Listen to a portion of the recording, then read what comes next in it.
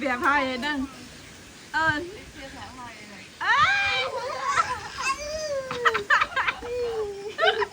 thầm mày ta vào đây cái thầy mà ti đơn rồi Tia thằng ấy kìa. ấy tia đó à Chị anh phép yêu nó. ý mình phép nè yêu tao mà phép ý thế ý phép nè ý chát mùi ý ôn khơi này nè khơi nhở Ý thì anh surprise. Cho anh bật mic in nè.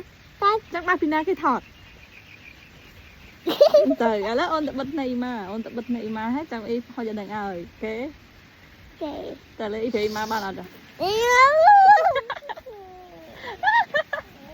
rồi rồi ý cho máu thì mấy lời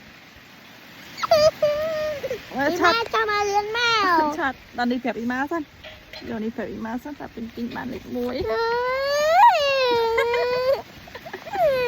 có mưa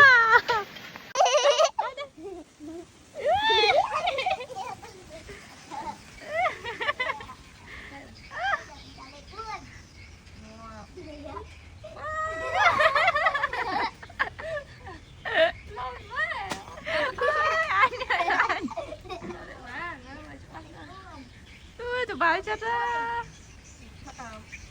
mua cái mua nhiều cái gì đấy kìa mai con đấy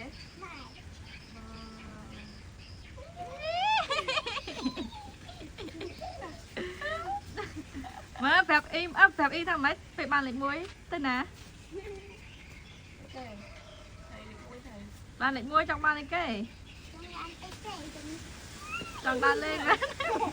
việc khoe mà phật á việc đẹp tha bà mong muối mà trong mai thằng mong muối thôn thôn nhập ôn thì hiện các bạn này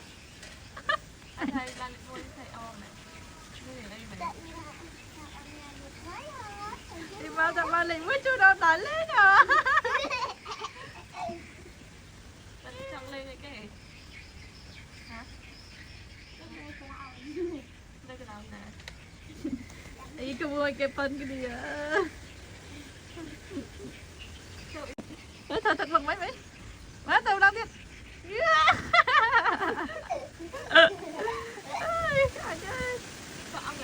không cho mình ngồi ăn tụi bà cho bao được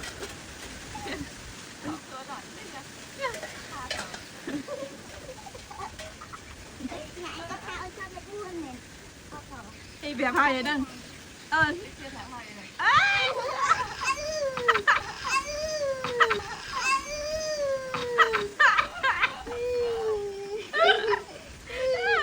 đẹp nè